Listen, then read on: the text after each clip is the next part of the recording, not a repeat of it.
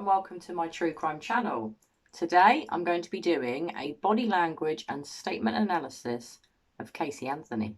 So Caylee Anthony is quite infamous for the death of her daughter Caylee Anthony, who sadly died in the year 2008 in Florida in America.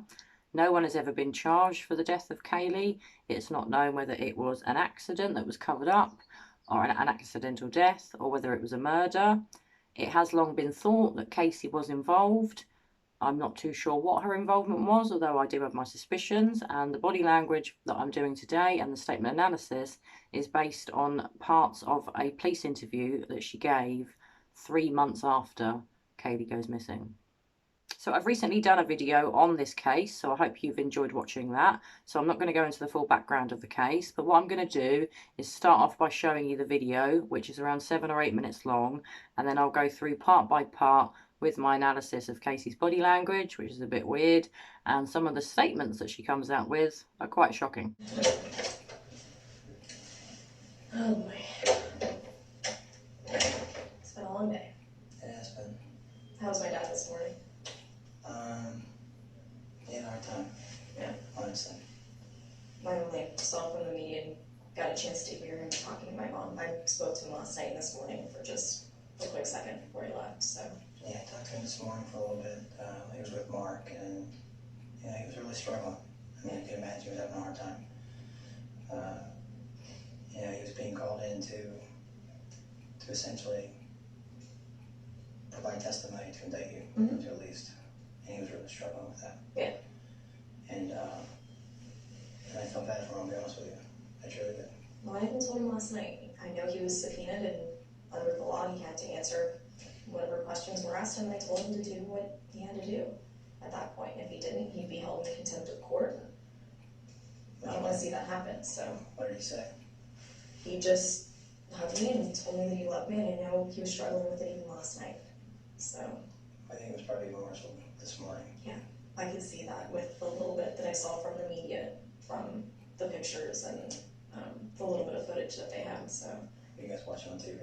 And we watched online a little bit. Really? Yeah. I try to stay away from the TV as much as possible, at least with the internet. I can scroll through, read what I want, and then just get rid of it that much faster, so.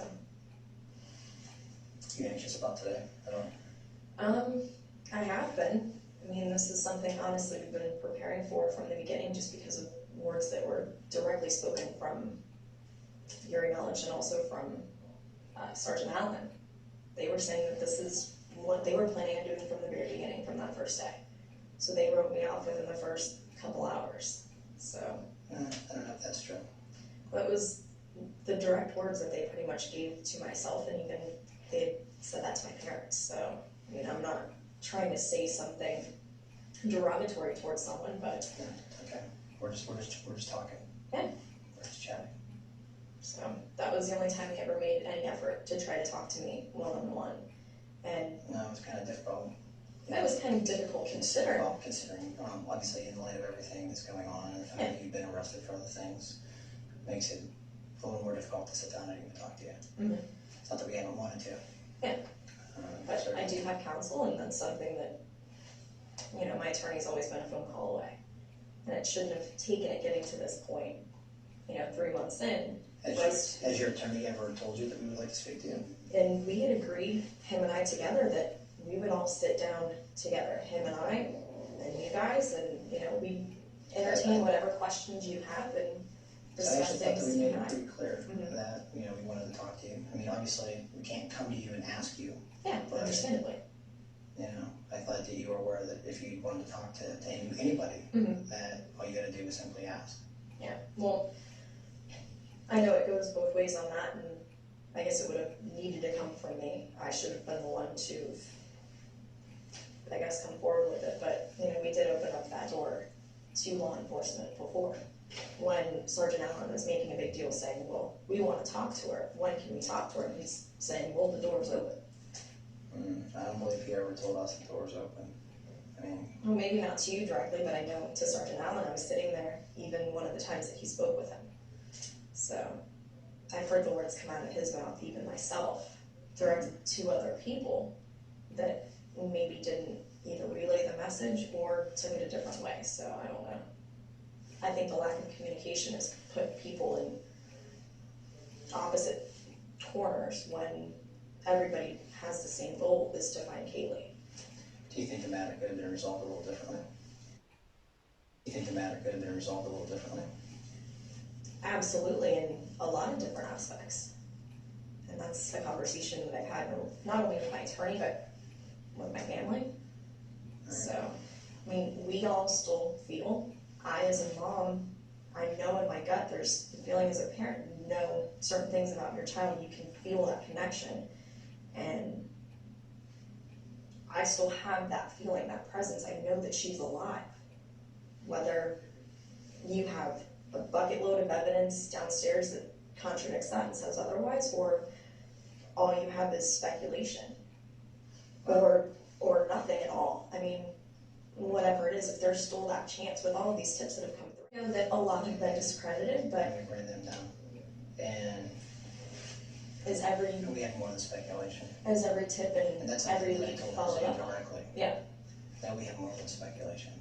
We have a lot, or else we wouldn't be to this point. Mm-hmm. A lot. Well, I said the same thing to them, that, you know, they said that we're at the end of a hallway, and I'm thinking we're at the end of a hallway and there's 2 doors. Which door are we going to go through? Or I guess this is, you know, we're at this point, and We are at this point where the final step is which door is locked for. we are well beyond where we were before. Mm-hmm. I mean, those issues are gone. Okay? And when they refer to we're at the end of the hallway, I think you are well aware of what hallway we're talking about. Do you understand that? Well, so there's no question, I guess. You can specify that at this point, or what your perspective is on that. You have a second? Absolutely. Can we come right back? Yeah, that's fine. You plan on running off? I'm not going anywhere. I gotta stretch out a little bit. I'm not as young as I used to be. Yeah. No, I thought you were gonna say something smart. No, I was going to ask if that was your Dr. Pepper or the Mountain Dew or. I actually tried to give it to her and she didn't want I'm it. Do you perfectly want fine. it? I No, I don't just drink wanna ask sodas, so. Shall we share it? We can. 2 straws? Or just, Sure. we'll bear it back. If you want that or not, because if you don't, No, your mom probably has one. She probably has one, but I'm not gonna be with my mom probably, so. I'm pretty sure you're not gonna be with your mom when you leave here. I don't want to mislead you there. You're not misleading me at all, which is Once your why, mom runs me off the road on the way out of here, then you may share a car trip down that's there. why I told my mom to go home and not to come here. She wanted to come here. So, I mean, She knew you were coming here eventually. I was the one that was telling her that I was coming here eventually. So Casey starts off by saying to the police officer, "Oh boy, it's been a really long day." Oh boy, it's been a long day. So sympathy seeking immediately, sort of saying, "Oh, it's been such a long day, I'm so tired." So that wasn't great, to be honest, that she felt the need to say it's been such a long day at the start. The first thing that she says, not good. So I think you know, if you've been watching my videos before, guys, what might be coming now. Red flag number 1. Sorry, red flags are flying for Caylee Anthony here. I'm not too sure why she felt the need to say that it had been such a long day. And in this first part of the interview that she's giving to the police in 2008, I also noticed that she's got her left hand on front of her right arm, sort of like that, which is a kind of defense mechanism. She's keeping everything in, but it's sort of self-soothing. She's sort of keeping her hand on part of her body to sort of make herself feel a bit better, because she's clearly anxious and nervous, although she does a reasonably good job at hiding her anxiety. She also tugs at her shirt on the bottom, so making sure that she looks all right. She moves her hair back out of her face like that, which could sort of be seen as, well, a couple of things. Either her hair was in her face or she was trying to be flirtatious. It could be one or the other. She also demonstrates and emphasises, like I did with my hands while she's talking, and she does appear in this very first part quite tense, although she's definitely trying her best to hide it. Oh boy. It's been a long day. It has been. How was my dad this morning? Oh boy. It's been a long day. It has been. How was my dad this morning? So Casey then asks the interviewer how her dad's doing, and the interviewer says that he's having a hard time. At this point, she sort of plays with the hair again, which maybe is a nervous thing, it could be. And she sort of visibly moves back with her shoulders, almost as if to say she's not really that bothered. Personally, I don't think she really cared how her dad was. That's just my opinion, guys. And I think she was trying to make it look like she cared about her dad. But that body language where she moves back with the shoulders there is quite telling, because that says to me she's not too bothered about her dad at all. In our time. Yeah. Honestly. I only saw him from the meeting, got a chance to hear him talking to my mom. I spoke to him last night and this morning for just a quick second before he left, so. Yeah, I talked to him this morning for a little bit. He was with Mark, and yeah, he was really struggling. I mean, I can imagine he was having a hard time. Casey then says that she has had a chance to speak to her dad briefly that morning, and the police officer says the same, that he was able to speak to him. All the while that Casey's talking about her dad, her hands are either sort of clamped down in amongst her waist, sorry, you can't really quite see, or if not, one is always on her arm. So she's always not completely open with her body language, and there's always some sort of defensive postures or self-soothing mechanisms by sort of holding her arm just to sort of make her feel better. Sometimes she might even be squeezing her arm to sort of keep herself alert and to sort of inflict a bit of pain on herself, which does sound weird, but when people are in stressful situations, often they sort of pinch their skin to try and take their mind off what's happening and to keep them alert. So the police officer says that Casey's father is struggling, and as you can imagine, he's having a hard time. At this point, her body language doesn't change. Her hands are still down, or if not on the arm, but mainly in between her legs, if not with one hand on one arm. She doesn't move. She's like a robot. So if she was empathetic to her dad's sorrow and sadness, you'd think you'd see some sort of move in body language, some sort of postures that show sympathy and empathy. I see zero of that from Casey. I don't think she has any empathy for her dad's feelings whatsoever.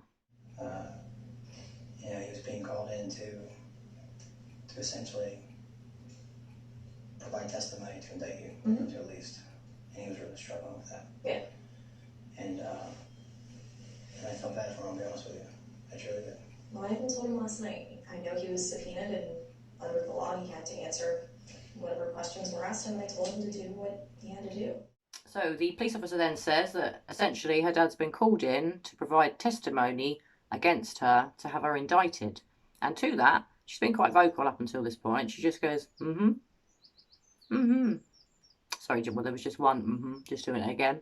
Clearly not bothered that that's what her dad's here for. Not bothered. Pretty much thinking, I'm in the clear here. You've got nothing on me. Really not too bothered about this situation. Which, considering her daughter is missing and she hasn't sort of let on that she knows she's dead, the body's not been found at this point, the fact that she's got a missing child looking at her, you really wouldn't think it, would you? Yeah, he was being called in to essentially provide testimony to indict you, to at least, and he was really struggling with that. Yeah. And I felt bad for him, I'll be honest with you. I truly did. Well, I even told him last night. I know he was subpoenaed, and under the law, he had to answer whatever questions were asked him. They told him to do what he had to do at that point. If he didn't, he'd be held in contempt of court. I don't want to see that happen. So the police officer then goes on to say that her dad's been really struggling, and again, one word or sort of short answer, yep. You know, like the previous one before, just yep. Not, oh God, I'm so sorry to hear that, my poor dad, I can't believe I'm putting my dad through this. Zero empathy, zero sympathy for her father. So the police officer then says that he feels sorry for him, he truly does, and at that point, instantly, Casey's shoulders sort of go up in a shrug motion. Again, I'm not bothered that you feel sorry for my dad. Really, I don't give a shit. That's what that says to me. Yeah, he was being called in to essentially provide testimony to indict you, to at least, and he was really struggling with that. Yeah. And I felt bad for him, I'll be honest with you. I truly did. Well, I even told him last night. I know he was subpoenaed, and under the law, he had to answer whatever questions were asked him. They told him to do what he had to do. She says that she claims that she told her dad he had to do what he had to do, and that if he didn't, he would be held in contempt of court. At that point, if he didn't, he'd be held in contempt of court. I don't want to see that happen, so. She then follows that up by saying, and I didn't want to see that happen, which sounded really unbelievable, and personally She'd probably be quite happy, in my opinion, if her dad had been done for it and not her. Just saying, hashtag. But here, she's really not bothered about her dad's emotions, and when she tries to sort of show that she cares about her dad, it's really rather fake. What did he say? He just hugged me and told me that he loved me, and I know he was struggling with it even last night. So I think it was probably more so this morning. yeah, I could see that with the little bit that I saw from the media. She then goes on to say that he just hugged her and told her that he loved her. And when she does that, she moves both bits of her hair back like that, which is kind of an odd thing to do, you know, to move both bits of hair back out of your face. Sorry, my hair's all getting in my face now that I've done that. But, you know, often if I'm going to just preen a bit of hair because it's getting in my face, I just do it with one bit. I don't move both bits back. And as she does that, her hands sort of go back, and it's almost... in my opinion, an act, maybe not of disgust, but showing that her dad had hugged her. Personally, I don't think she would have enjoyed the hug, and it's a sort of posture of saying, I didn't really enjoy that, not at all. At that point, if he didn't, he'd be held in contempt of court. I don't want to see that happen, so. What did he say? He just hugged me and told me that he loved me, and I know he was struggling with it even last night.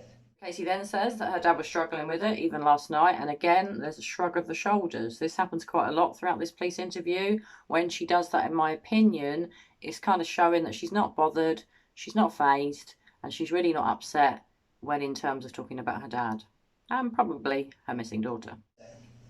He just hugged me and told me that he loved me, and I know he was struggling with it even last night.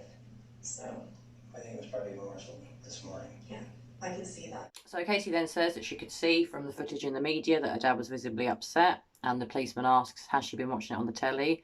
And she says no, she's been watching it on the internet. Now what she says next is really, really very telling and very interesting to me as a statement analyst. I think it was probably more so this morning. Yeah, I could see that with the little bit that I saw from the media, from the pictures and the little bit of footage that they had. So You guys watch it on TV? and we watched online a little bit. So as I said, the police officer asks Caylee if she watched the footage of her dad being upset, you know, with the media around him on the TV, and she says no. She tries to stay away from the television. The police officer sort of moves back in a weird body language move, almost as if he doesn't believe her that she didn't watch it on the telly. It was quite a strange move by the police officer. And then she offers up some information without being asked, and what she says is really bloody bizarre. I try to stay away from the TV as much as possible. At least with the internet, I can scroll through, read what I want, and then just get rid of it that much faster. So shockingly, Caylee then says, at least with the internet, she doesn't really like to watch the TV, and at least with the internet, she can just scroll through and look at what she wants and then get rid of it. Get rid of it? Really weird. If you watch the TV, you don't get rid of it. What are you getting rid of? Your internet history? Maybe that you'd looked up chloroform or other weird things on the internet? Just saying, hashtag. I find that really disturbing. I find that really weird. He didn't even ask her why she preferred to watch the internet or stream online, watch footage online, news footage, rather than on the telly. He didn't really ask her to explain that. She chooses to. And the fact that she says it's easier because she can scroll through, look at what she wants, and then get rid of it. What do you mean? Close the app down on your phone? Okay, she could mean that, but get rid of it, in my opinion, means deleting, removing anything dodgy from her laptop or whatever device she was using back in 2008 because she was looking up stuff that was dodgy. Just my opinion, guys. You guys watch it on TV? and we watched online a little bit. Yeah. I try to stay away from the TV as much as possible. At least with the internet, I can scroll through, read what I want, and then just get rid of it that much faster. So just to go back to what I was just saying, she follows that end bit up with that you can get rid of it so much faster. Get rid of it so much faster. Like I said, you don't get rid of footage when you've watched it on the telly. It's just there. You watch it and you turn the telly off. Well, you probably don't do that. You use a control these days. But the fact that she needs to say about getting rid of it quicker, why would you need to get rid of your internet history or something you've looked up quickly? Potentially because your daughter's gone missing and you've been looking up chloroform? Really bloody weird that, and that sent chills down my spine when I first heard her say that. Police officer then asks her, has she been anxious about today? And she replies, first of all, by saying she has been. And again, the hair gets pushed back like that. I'm starting to think from what I've watched of her and trying to get a baseline for her that that's a nervous move. And I've also noticed that she uses her left side for negative. So she's being asked a question about whether she was worried. Obviously, that's not a good thing to be worried. Instantly pushes the hair back on the left. So in my opinion, I think she associates negativity on the left and positivity on the right from what I've gauged of her in what I've watched in police interviews. Anxious about today at all? I have been. I mean, this is something, honestly, we've been preparing for from the beginning just because of words that were directly spoken from your knowledge and also from... So she follows on, Casey, by saying that it's something they've honestly been preparing for since the start. Now, why did she need to say honestly preparing for? You know, you'd think... I mean, throughout this, she shows zero empathy for her daughter. She doesn't name her daughter by name. She never says Caylee, which is a big red flag. So should have said that or got this out before I said that. So that's another big red flag. She's not mentioning her daughter's names. That's just weird. People that have missing children normally use the child's name, whether it be a boy or a girl. They use the name whatever sex of the child that's missing. The fact that she doesn't use the daughter's name, I find to be a big fat red flag. Really weird. And the fact that she needs to say honestly, that honestly, since the beginning, they've been thinking that she could be arrested, you know. Weird. Why does she need to say honestly? To convince the police officer that she has been thinking about it, or to convince the police officer that she's actually honest? She's an honest person. She's done nothing wrong here. I think that's what that meant. You anxious about today at all? I have been. I mean, this is something, honestly, we've been preparing for from the beginning just because of words that were directly spoken from your knowledge and also from Sergeant Allen. She then goes on to say, Casey, that this police officer's colleagues had her number from the start, that they were wanting to arrest her from the beginning. The police officer sort of disagrees with her and says he doesn't think that's the case. And at this point, she goes into quite a defensive mode. Again, the hair is constantly pushed back behind the ear. And considering she's not got long hair, she probably doesn't need to do that. She's got quite short hair, so it's not sort of falling in her face. Perhaps it's going in her eye. I'm not sure. But I find that a anxiety thing. It's a body language thing that she's doing to self-soothe. And it's always on the negative side that she associates on the left. And just because of words that were directly spoken from your knowledge and also from Sergeant Allen. They were saying that this is what they were planning on doing from the very beginning, from that first day. So they wrote me off within the first couple hours. So Casey follows that up by saying, you know, they wrote me off in the first couple of hours. So, and as she says, so, again, the shoulders go back. So what? I don't care. So, my daughter's missing. She's only 2 years old. Who gives a shit? That's what that says to me. She's not happy that anyone thinks she had any involvement in her daughter Caylee Anthony's disappearance, potentially murder, because she is eventually found dead, unfortunately, later in 2008. But at this point, she's still a missing child, and considering she is the parent of a missing child, you would have no idea, zero idea, no empathy, no sympathy, no care, no compassion, zero. I don't know if that's true. that was the direct words that they pretty much gave to myself, and even they had said that to my parents. So, I mean, I'm not trying to say something derogatory towards someone. So as I said, the police officer then says, well, I don't think that's true about his colleagues having a number from the start. And she says, well, you know, that is what happened. That's what they said. They said it to me. They said it to my parents. And again, all throughout this statement from her, she's in defense mode. She's quite anxious and tense, which is more easy to spot here. Lots of shoulder shrugs, lots of sort of defensive looks on her face, keeping quite a good eye contact with the police officer, but generally she's not happy about this situation, and it's starting to become quite obvious. I don't know if that's true.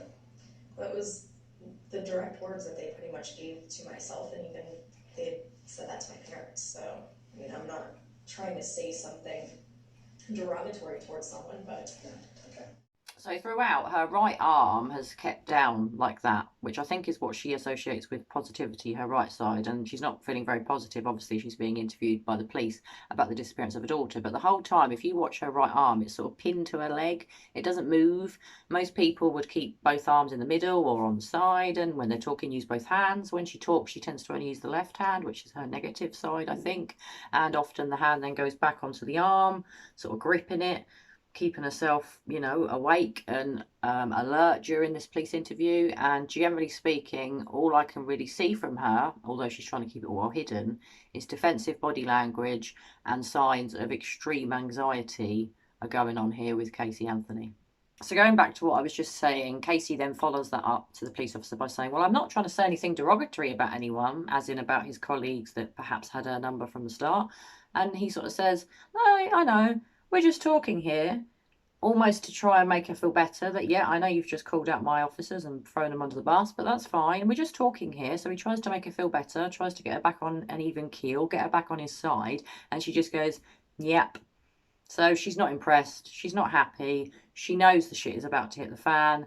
And I think she's shitting herself at this point, but she's doing quite a good job of holding that in and not letting it be known to the police officer, who probably has realised, but she thinks he hasn't. They were saying that this is what they were planning on doing from the very beginning, from that first day. So they wrote me off within the first couple hours. So I don't know if that's true. that was the direct words that they pretty much gave to myself, and even they said that to my parents. So I mean, I'm not trying to say something derogatory towards someone, but Yeah, okay. We're just talking. yeah. So Casey then says that that was the only time that he really made the effort to talk to her. The police officer then says, well, you know, it was a bit difficult, i.e. you were, you know, you had a missing daughter. You were being interviewed by the police. This is when the daughter is first reported missing 1 month after she goes missing. This interview with the police is 3 months after Caylee had gone missing. But yet, bear in mind, her body hasn't been found. So this is all very weird. The conversation about the dad, she clearly doesn't care for the dad. She's quite put out that the dad hasn't reached out to speak to her in recent weeks, clearly. And the police officer's trying to say, well, you know, he's standing up for her dad. He didn't have the chance. You know, it's been a difficult time. But she's clearly put out, she's not happy, and she doesn't want to be in this police interview, but that's normal. Most people wouldn't want to be in a police interview. But what's weird is, where is the urgency? Where is my daughter? Where is Caylee? Why is there no urgency? Why is she not saying what effort she's been making to try and find her daughter? It's really bloody weird. And in my opinion, I'm sorry guys, I think she knew then what happened to Caylee. I'm not saying she killed her. I'm not saying she actually had anything to do with it, but she knows what happened. And either perhaps it was an accident that was covered up by her or someone else. I don't know. But she's definitely got guilty knowledge. You can see it and hear it a mile off in this particular interview with the police. So all these yeps from Caylee Anthony, I find, are big fat red flags. You know, she doesn't respond with a proper answer or a sentence when she's not happy by what the police officer's saying. She doesn't agree. She gives it a short, sharp yep, and often followed with a shoulder shrug. I can't be asked. I don't want to be in this situation. I'm right, you're wrong. And to be honest, I don't think you've got nothing on me, which she's about to find out she's very mistaken about. Obviously, in light of everything that's going on and the fact that you've been arrested for other things, makes it a little more difficult to sit down and even talk to you. Mm-hmm. It's not that we haven't wanted to. Yeah. But I do have counsel, and that's something that, you know, my attorney's always been a phone call away. So she then follows up by saying that her attorney is only a phone call away, and that it shouldn't have taken this to get to this point 3 months down the line. So basically what she's insinuating is it shouldn't have taken 3 months after her daughter went missing for the police to bring her in to properly interview her. Okay. And the police officer then goes on, and I'll tell you a bit about this in the next part of my video, but he basically says, well, you could have come to us. And she's like, well, you could have come to me. And then realises that she's wrong, clearly, and sort of says, well, actually, yeah, I should have come to you guys. But basically tries at first to say, well, you knew where I was. Why didn't you come to me? Well, hello, your daughter's missing. Why have you not been coming to us to see what's going on with the investigation? Maybe because you don't care? Obviously, in light of everything that's going on and the fact that you've been arrested for other things, makes it a little more difficult to sit down and even talk to you. Mm-hmm. It's not that we haven't wanted to. Yeah. But I do have counsel, and that's something that, you know, my attorney's always been a phone call away. And it shouldn't have taken it getting to this point, you know, 3 months in. Has your attorney ever told you that we would like to speak to you? And we had agreed, him and I together, that we would all sit down together, him and I, and you guys. So the police officer then asks Casey, has your attorney ever told you that we wanted to speak to you? And rather than just going yes or no, yes, my attorney has said that you want to speak to me, or no, he hasn't, she sidetracks, starts a bit of the good old storytelling, bullshit starts to fly out of her mouth, she doesn't directly answer the question, and it's all a bit weird. I do have counsel, and that's something that, you know, my attorney's always been a phone call away. And it shouldn't have taken it getting to this point, you know, 3 months in. Has your attorney ever told you that we would like to speak to you? And we had agreed, him and I together, that we would all sit down together, him and I, and you guys, and. So Caylee then goes on to say that he and I had agreed, we had agreed that we would sit down together and we would sit with you guys and talk about it. And often here, it's not I or me, it's we, and we agreed. She wants to kind of make it sound like it's not just about her, it's about the attorney as well, and that they are a collective, they're a we, takes the blame away from her a bit rather than using the pronoun of I. She uses the group pronoun of we, and that's how she wants to go down the road of we. Not just me. There's other people at blame here, not just me. But what she says next is a really weird thing, and probably one of the most strangest statements that she comes out with during this police interview. And it shouldn't have taken it getting to this point, 3 months in. Has your attorney ever told you that we would like to speak to you? And we had agreed, him and I together, that we would all sit down together, him and I, and you guys, and, we entertain whatever questions you have. So Caylee then goes on to say that we, again, her and her attorney, not just her and her attorney, we would have entertained any questions that you guys had. Entertained? Really?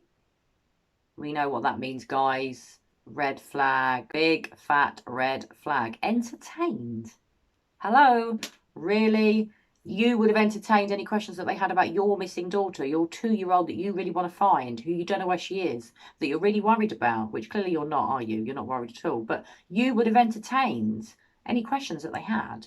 Not, I would be so grateful if you'd ask me my opinion on this. I really want to find my daughter. You don't hear any worry or urgency in her voice. She knows the girl is dead, in my opinion. She knows what happened. I'm not saying she's responsible, guys, because I don't know that, but she certainly knows. She's got guilty knowledge, and the fact that she would entertain questions from the police is such an odd thing to say. It's not something that a normal parent of a missing child would say if they wanted to find their child.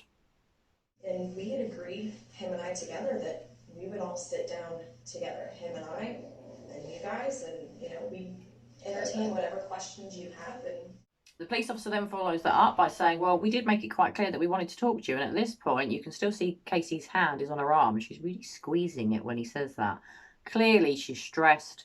Clearly, she's causing herself a bit of pain, taking her mind off of the situation to distract herself, but also to keep her alert at the same time. So keep your eye on that hand because it really does grip the arm.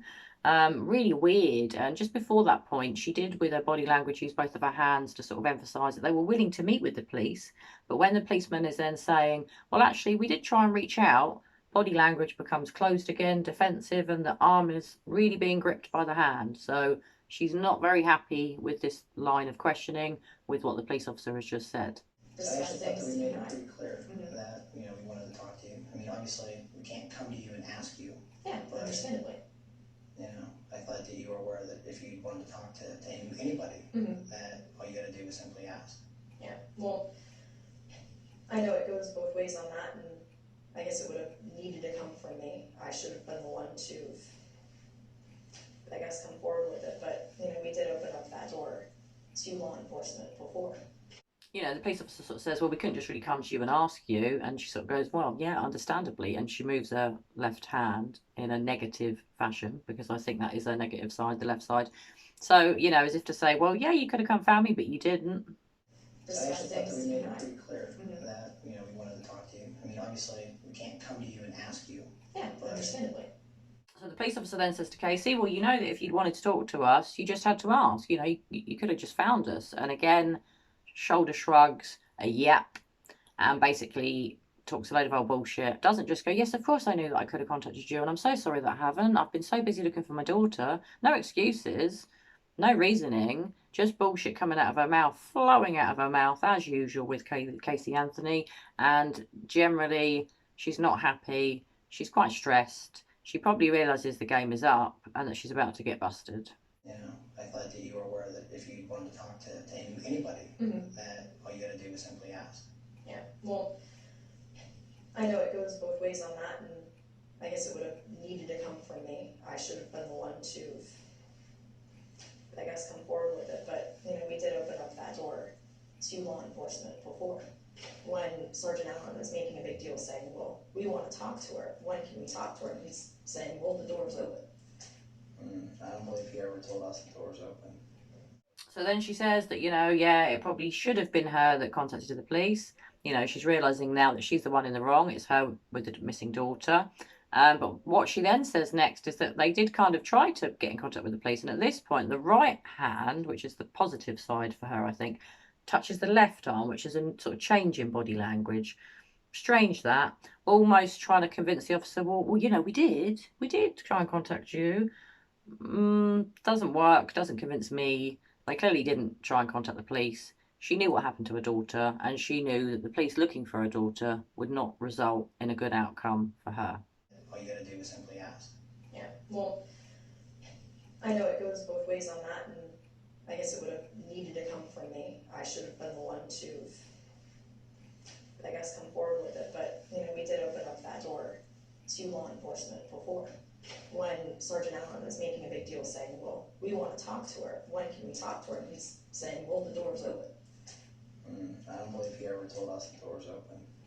And she then says, Casey, that there was a Sergeant Allen, that was saying, well, when can we talk to her? When can we talk to her? And, she alludes that the attorney had said, well, the door's always open. And at this point, she becomes quite handy. The hands are moving around, she's demonstrating, she's emphasizing, and it all seems quite open and positive, as if, the door was open.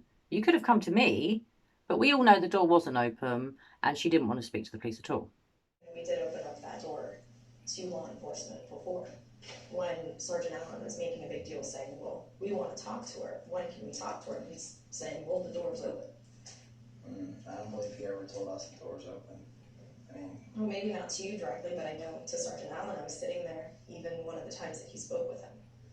So the police officer then says, well, I'm not aware that you told us the door was open. And she says, well, maybe not directly to you, but other police officers were told, maybe not directly to you. So again, she's defensive. She's not happy that he has said that to her, because clearly she didn't tell him. Maybe she has got a point if she was not dealing with this particular police officer that she's speaking to on this day. In the couple of months prior, it may have been a different police officer, so she has a point. But again, she's being really defensive. She's not being very helpful. And for a woman whose daughter is missing, she is acting very strangely. So she then talks a load of old rubbish, basically saying, well, we did say the door was open, and we told Sergeant Allen. Maybe he didn't relay it. The blame is not at my door. We told the police, this is what she's getting at. We told the police the door was open. If Sergeant Allen didn't come and find me, then that's your problem, not mine. I don't care. Shoulder shrug. I'm not bothered. I don't give a shit that my 2-year-old is missing. I mean, God, this woman, I could just sit here doing this all day. Red flag, red flag. There are so many red flags with Caylee Anthony. It's such a tragic case. It really is heartbreaking. So Casey's next statement is quite a shocker. She says that the lack of communication, she thinks, has put people in different corners. I.e., some people think she's got involvement, some people don't. And, maybe if there'd not been this lack of communication, everyone would be in the same corner, not in different corners. So, really weird thing to say, trying to make it seem like she's innocent and that, because the police didn't communicate with her properly, people have turned against her. What a load of old bullshit. Just more red flags from this woman.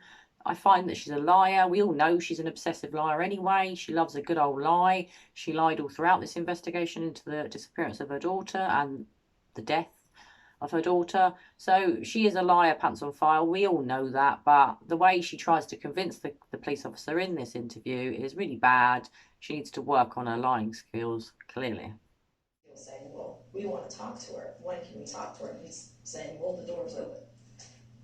I don't believe he ever told us the door's open. Well, maybe not to you directly, but I know to Sergeant Allen, I was sitting there even one of the times that he spoke with him. So I've heard the words come out of his mouth, even myself, directed to other people that maybe didn't either relay the message or took it a different way. So I don't know. I think the lack of communication has put people in opposite corners. So one of the next statements is another shocker. She says that it's everybody's goal to find Caylee. She's getting at everyone wants to find Caylee, not just me, everybody. So again, doesn't want to say I want to find Caylee. Everybody wants to find Caylee. Doesn't want to take ownership of her daughter, that she's her mother. So again, another red flag for Casey here. Why can't she just say that she wants to find her daughter and that everybody else, her and all her family and friends, we all want to find her, but at least say I at some point. Never does she say, I want to find my daughter, and I find that really shocking.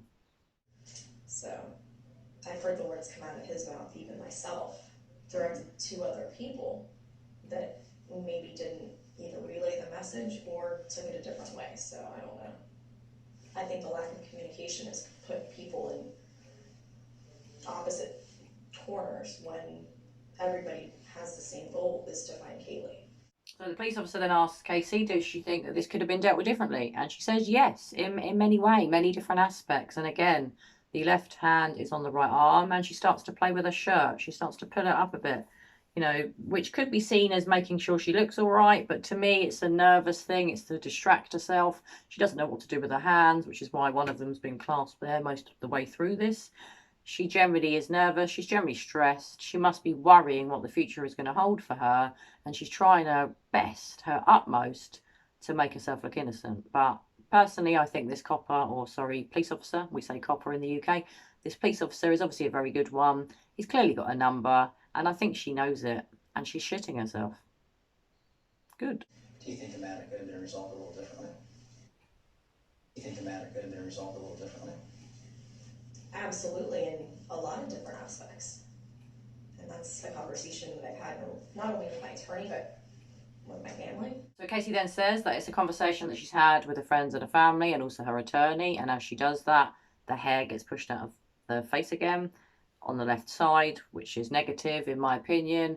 She hasn't really been discussing it with her friends and family. She don't care. She doesn't care about whether they could have done things better or whether this investigation could have been done in a better way so that her daughter was found. She's hoping her daughter isn't going to be found because in my opinion, and it is just my opinion guys, my humble opinion, she already knew her daughter was dead at this point.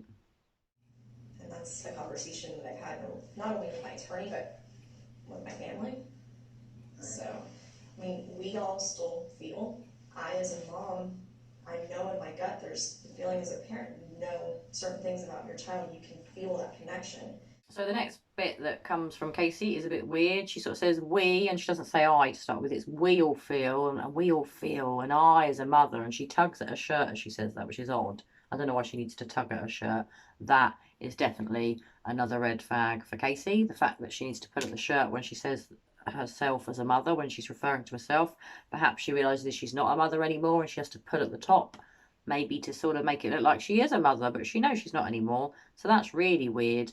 And she sort of goes on to say that she as a mother has a feeling that her daughter's still alive and that she knows her daughter is still alive. Well, if she knew her daughter was still alive and she had maternal feelings of her daughter still being alive, still having a presence on this earth, why the hell is she not out looking for her? Why is she not begging the police to know what's going on? Why didn't she go to the police a couple of months ago to say, look, how's the investigation going? What can I do to help find my daughter? Help me find Caylee. None of that.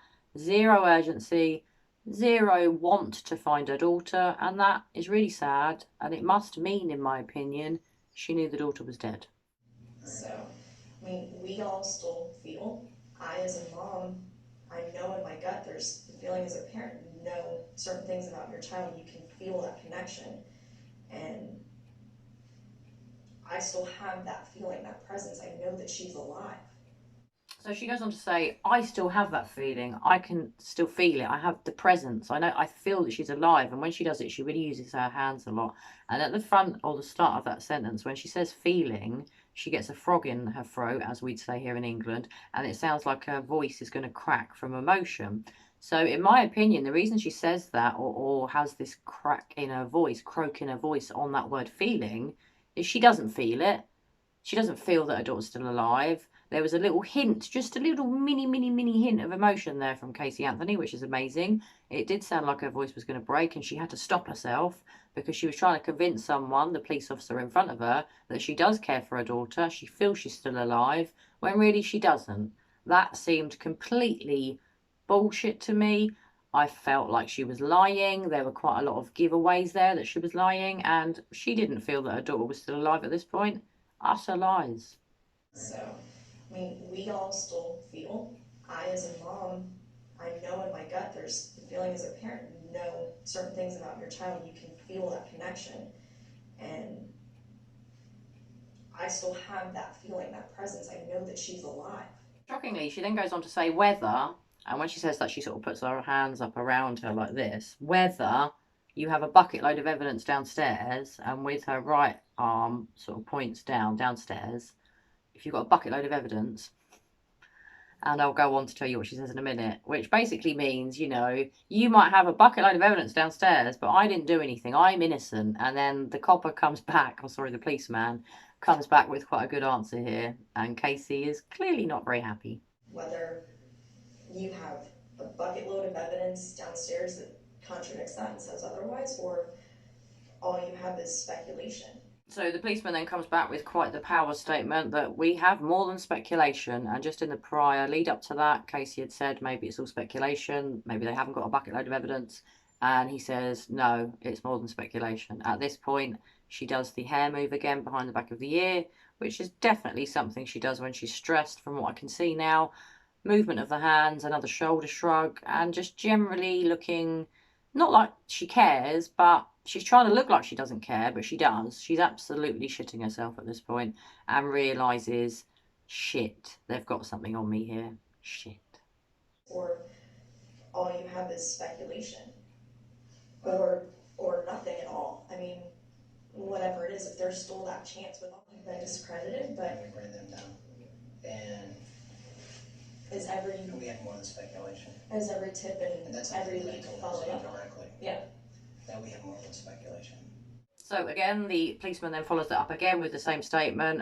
Well, believe me, you know, we have more than speculation. We wouldn't have got to this point if it was just speculation. All we get out of Casey is a mm-hmm.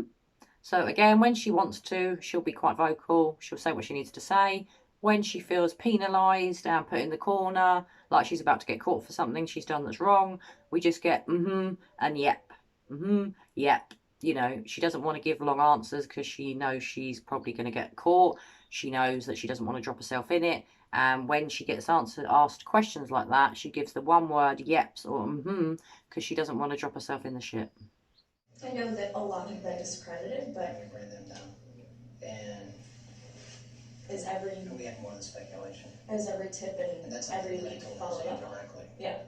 That we have more than speculation. We have a lot. Or else we wouldn't be to this point. Mm-hmm.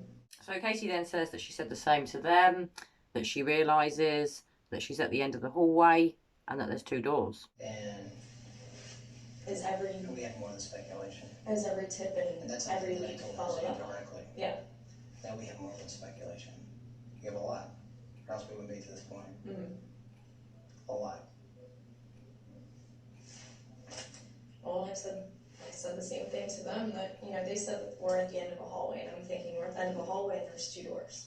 Which door are we going to go through? Or I guess this is, you know, we're at this point, and we are at this point where the final step is which door is walked through. Casey then says, you know, which door are we going to go through? Not am I going to go through, are we going to go through? So again, not just talking about herself here that's been arrested, because it's only her that's been arrested at this point, nobody else, but wants to use we. So what door are we going to go through at this point? You know, it's not known.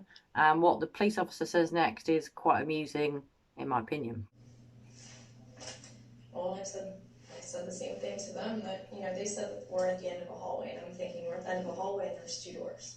Which door are we going to go through? Or I guess this is, you know, we're at this point, and we are at this point where the final step is which door is walked through.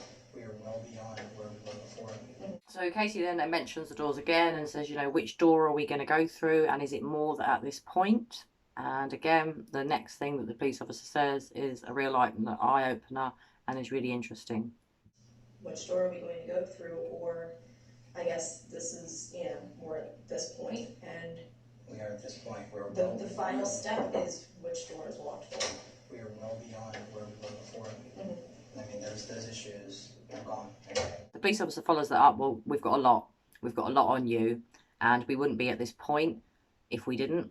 And that basically we've gone well beyond the point that we were at before. We are at this point where the final step is which door is walked through. We are well beyond where we were before. Mm-hmm. I mean, those issues are gone. Okay. And when they refer to we're at the end of the hallway, I think, you know well aware of what hallway we're talking about. Do you understand that? Well, so there's no question, I guess.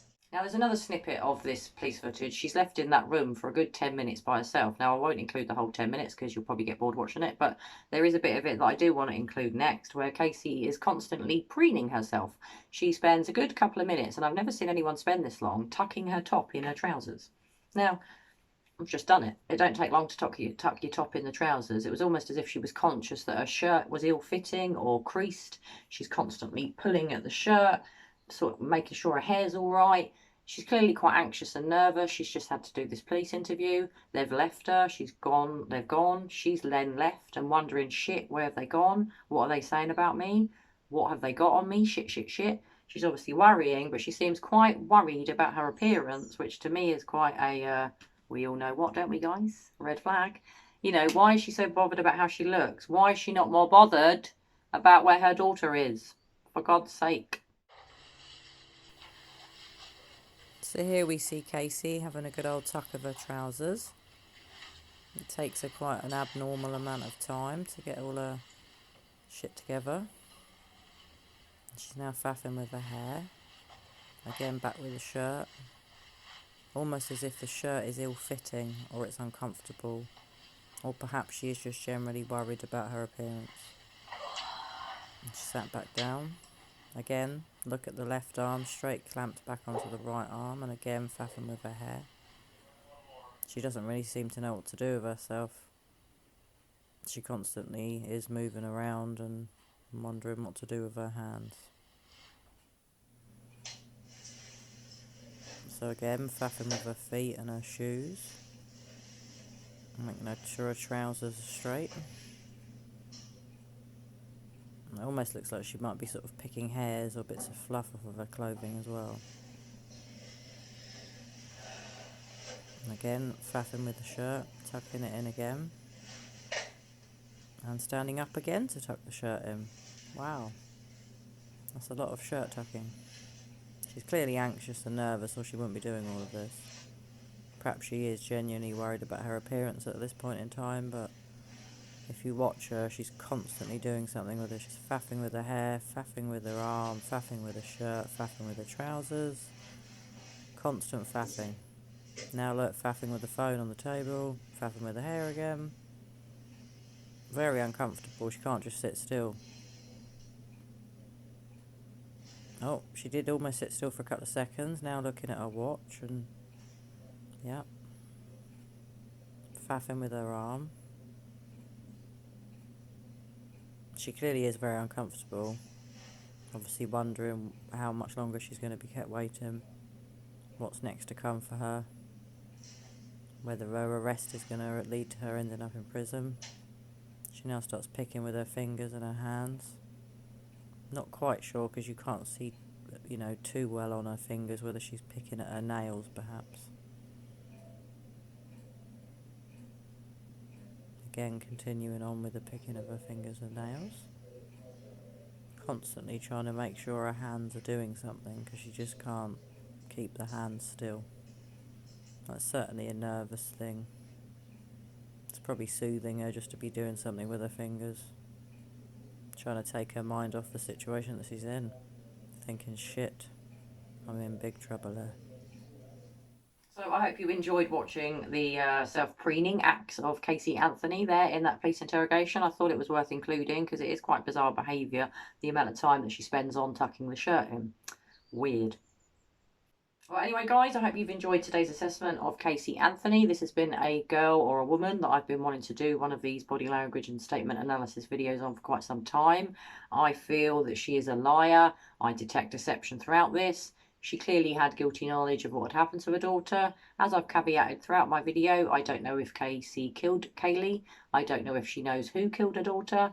I don't know if anyone killed her daughter. It could have been an accident. She could have drowned. She could have been given medicine to be put to sleep. Not to death, but so that Caylee could go partying maybe. There are a lot of theories here. I don't know which one is true. I'm just here speculating and giving you my thoughts and views. As always, guys, I'd love you to put your thoughts and views below. Do you feel she's deceptive throughout this interview? What are your thoughts on Caylee? Do you think she knows what happened to her daughter? Do you think anyone will ever be charged with the murder or the suspicious death of Caylee Anthony? Personally, I don't. As this occurred in 2008, it's highly unlikely that the American justice system are going to bring anyone to justice after all these years. And personally, I do feel it was perhaps someone in the family that covered up an accident. Again, don't come for me, just my thoughts, guys. I could be wrong. I'm not an expert here. You know, I'm not a police officer. I haven't seen the case files. I don't know. I'm just giving my thoughts and views. So as always, I hope you enjoyed today's video. I will be back very soon with another true crime video. You all take care of yourselves, guys, and stay safe. Bye for now.